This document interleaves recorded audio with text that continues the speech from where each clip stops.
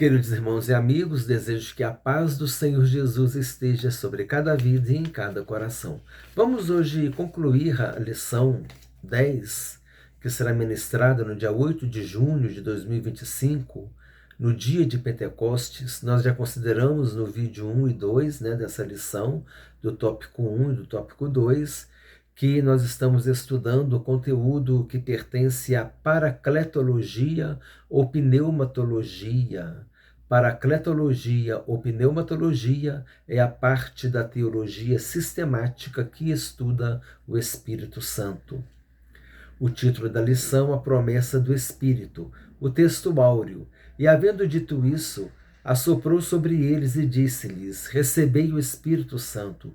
João capítulo 20, versículo 22. Verdade prática. A promessa do Pai não se restringe a um grupo particular ou a um período específico, mas inclui todos aqueles que se arrependem e creem no Evangelho. A promessa do Espírito Santo é para todos. Não é algo que venceu no passado, vale para todos. O ministério do Espírito Santo ainda continua. O item 3 tem como objetivo evidenciar o poder transformador da descida do Espírito Santo no dia de Pentecostes.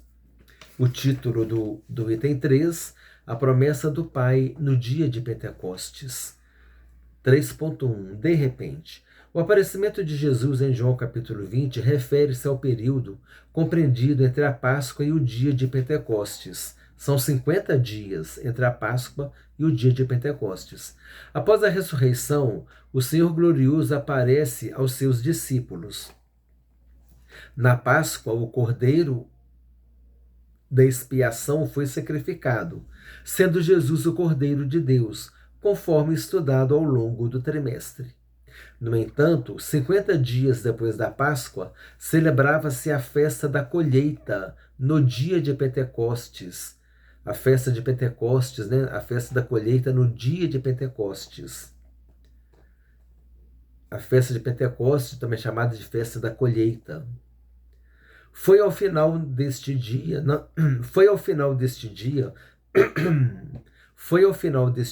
não ainda concluído, após Jesus ter feito a promessa de recebimento de poder, que de repente ocorreu um acontecimento extraordinário, o derramamento do Espírito Santo sobre cerca de 120 pessoas que estavam ali no cenáculo.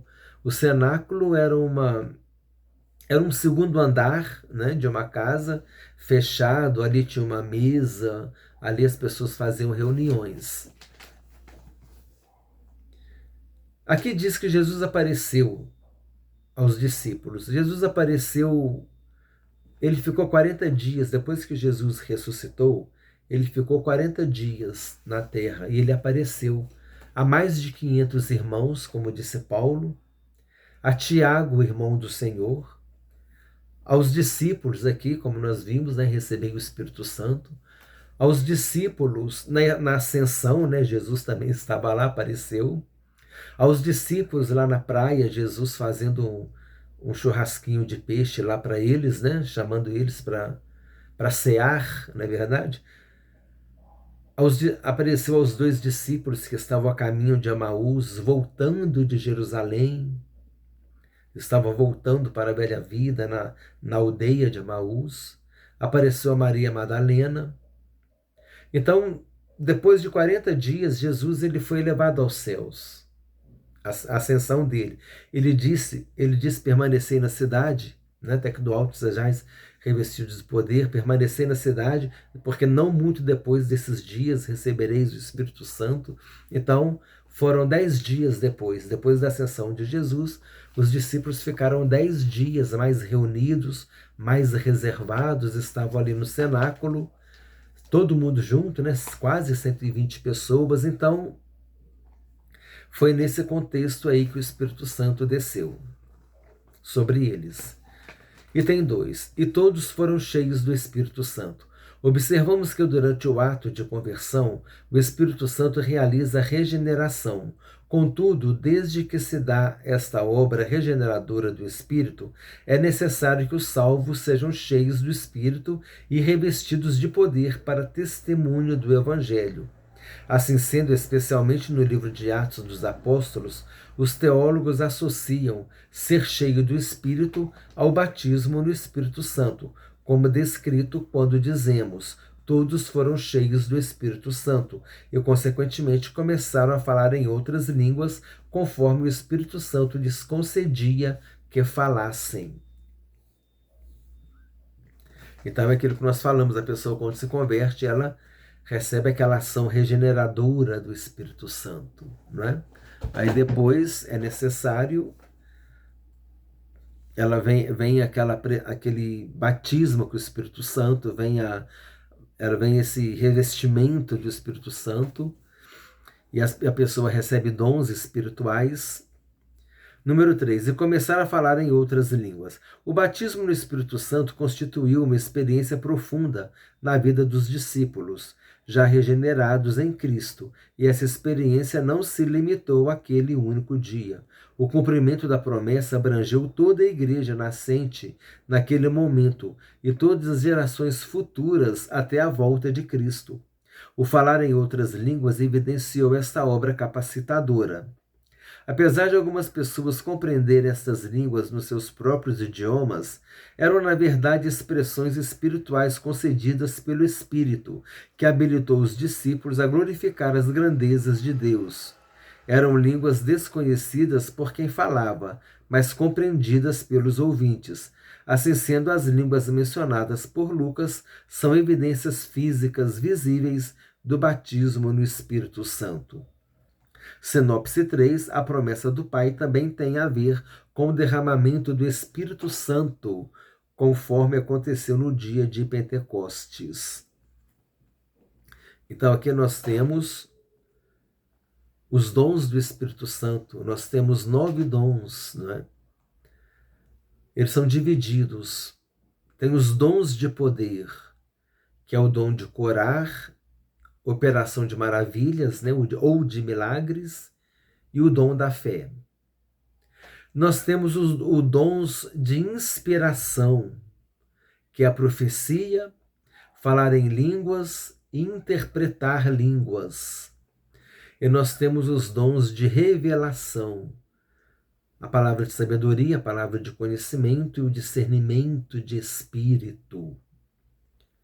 Esses comentários, esses conteúdos aqui, essas anotações, eu vou colocar na descrição do vídeo.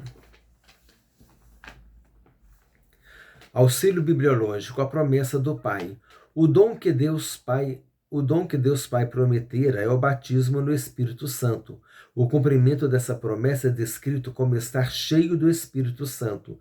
Isso significa que ser batizado no Espírito é cheio do Espírito. Isso significa que ser batizado no Espírito e cheio do Espírito são expressões que às vezes são intercambiáveis no livro de Atos. No entanto, nem toda referência a estar cheio do Espírito indica o batismo no Espírito Santo. Este batismo no Espírito Santo não é a mesma coisa que passar a ter o Espírito Santo, o que acontece no momento em que uma pessoa aceita o perdão de Cristo, confia a Ele a sua vida e se torna salva espiritualmente. Então aqui nós temos essa experiência do batismo com o Espírito Santo, que vai proporcionar a essa pessoa ter uma vida, uma experiência com Deus, e ela vai ter ali, vai receber os seus dons, né? Conforme nós vimos aqui, são 9 dons do Espírito Santo.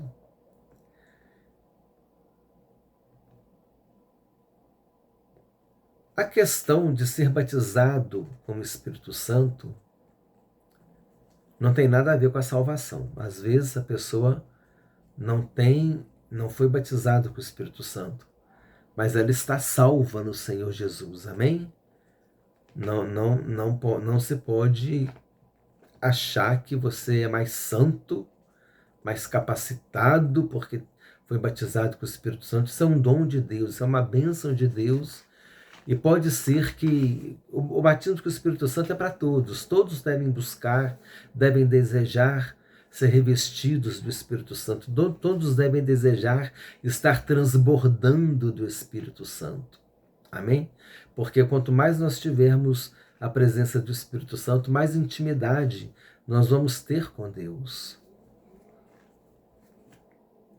Mas caso a pessoa não tenha sido batizada com o Espírito Santo, ela é salva, porque o batismo com o Espírito Santo não é condição para a salvação. Amém?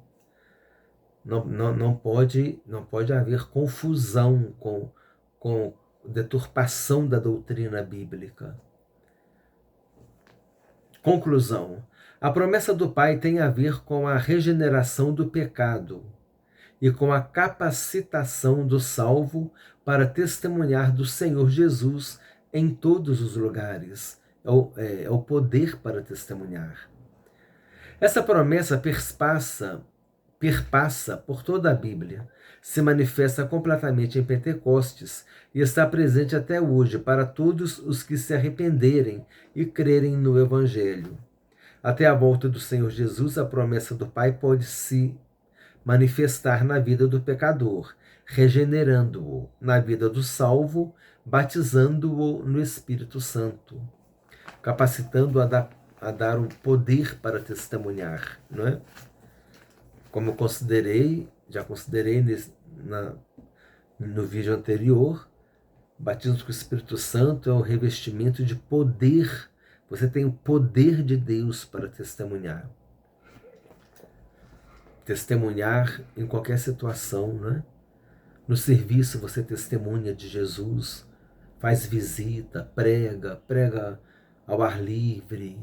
Você está sempre fazendo a obra de Deus e você tem o poder para testemunhar.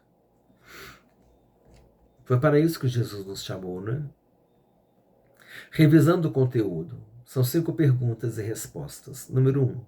De acordo com João 14, conforme apresentado na lição, como podemos perceber o registro de alguns ensinos de Jesus? O Espírito Santo como consolador e regenerador. Número 2.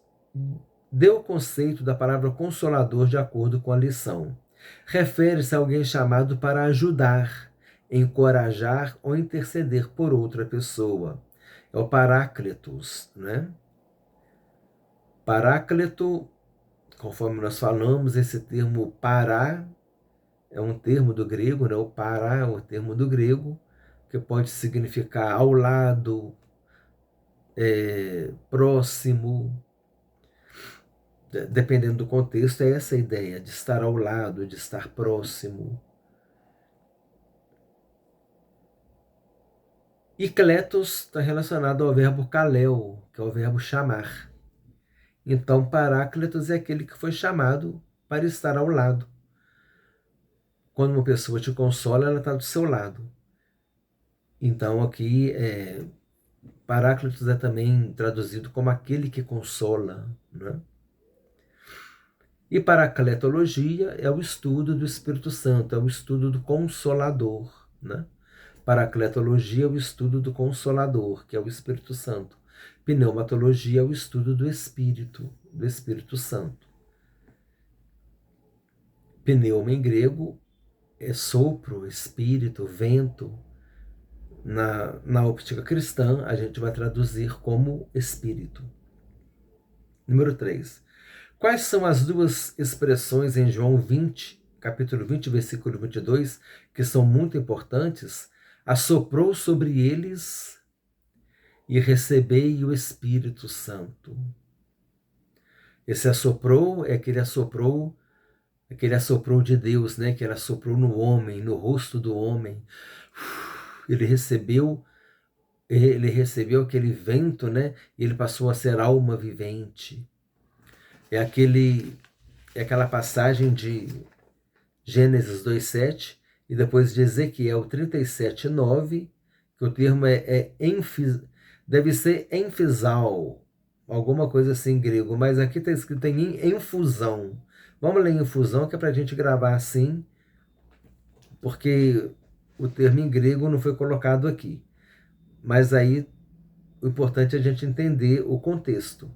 Gênesis 2:7, Quando Deus soprou no rosto do homem, ele recebeu fôlego de vida. Então a palavra é sopro. Em Ezequiel 37:9, no contexto de assoprar sobre os mortos para que vivam, também é esse termo, infusão. E também esse termo foi usado, o mesmo termo grego foi usado também em João 20:22. Quando Jesus assoprou, quando ele soprou sobre os discípulos e disse: recebei o Espírito Santo, como se eles estivessem ali recebendo vida, E receberam mesmo uma nova vida, eles foram regenerados ali. Ali eles estavam com o Espírito Santo já estava habitando neles. Então assoprou sobre eles e recebei o Espírito Santo. Número 4. Então, nas 3 passagens, esse termo infusão, ele está falando sobre um sopro relacionado com vida. O homem passou a ser alma vivente, aqueles mortos lá do Vale dos Ossos Secos passaram a viver, e aqui também os discípulos passaram a ter uma nova vida. Então, é nesse sentido de trazer uma vida nova, uma novidade de vida, que tem essa palavra sopro. Número 4. Que obra extraordinária o Senhor Jesus realizou em Atos 2? O batismo no Espírito Santo.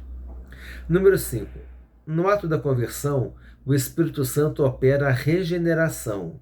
A partir da obra regeneradora, o salvo precisa de quê? Desde que se dá esta obra regeneradora do Espírito, é necessário que os salvos sejam cheios do Espírito Santo e revestidos de poder para testemunho do Evangelho. Então, é aquilo que nós falamos, aquela obra de convencer o homem do pecado, da justiça, do juízo, aquela obra da regeneração, que a gente estuda a doutrina da regeneração, Jesus disse para Nicodemos, importa Nicodemos, nascer de novo, nascer do alto, nascer do Espírito, nascer do agir do Espírito Santo em nossas vidas. Esse é o novo nascimento. É a ação regeneradora do Espírito Santo, quando eu aceito Jesus em minha vida como meu Senhor e Salvador, e eu recebo o Espírito Santo na minha vida, que é o Espírito de adoção, e agora eu vivencio a santificação posicional, que é aquela santificação que eu sou separado. Eu era criatura, mas agora eu recebi Jesus em minha vida como meu Senhor e meu Salvador. Eu recebi o Espírito Santo, que é o Espírito de adoção. Então agora eu tenho uma separação posicional de criatura. Agora eu sou filho de Deus. É uma separação. Eu saio dessa situação aqui de separação de Deus, eu sou santificado, uma santificação posicional. Agora eu sou filho de Deus. Eu recebi o Espírito Santo de adoção. Eu sou o filho adotivo de Deus. Nós somos filhos adotivos de Deus. E Jesus, segundo diz o livro de Hebreus, ele não se envergonha de nos chamar de irmãos. Então essa é a obra regeneradora do Espírito Santo. E depois da santificação posicional, tem a santificação progressiva, que é a nossa vida diária. Que os instrumentos da santificação, a oração, a palavra de Deus, o sangue de Jesus e o Espírito Santo. E a gente está vendo uma santificação progressiva, sempre procurando, se esforçando para crescer na presença de Deus. E desejar a busca, o batismo com o Espírito Santo, o ser cheio do Espírito Santo e ter poder para testemunhar. Procurar entender a questão dos dons espirituais e deixa Deus trabalhar em nossas vidas.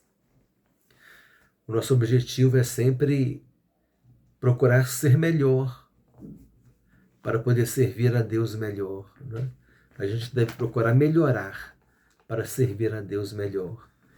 E aí cada um procura fazer aquilo que puder para poder melhorar. Principalmente ter uma vida cheia do Espírito Santo, ser capacitado, ser moldado e mudado por Ele, buscando dele os dons, buscando dele a capacitação, para que a gente possa corresponder tudo, irmãos, de acordo com o chamado. Paulo disse: cada um permaneça na vocação para que foi chamado. Vamos buscar de Deus de acordo com a vocação que a gente foi chamado. Amém? E o Senhor vai nos usar e glorificar o nome dele. E nós seremos uma bênção na mão do Senhor Jesus. Desejo que Deus te abençoe ricamente, em nome do Senhor Jesus Cristo.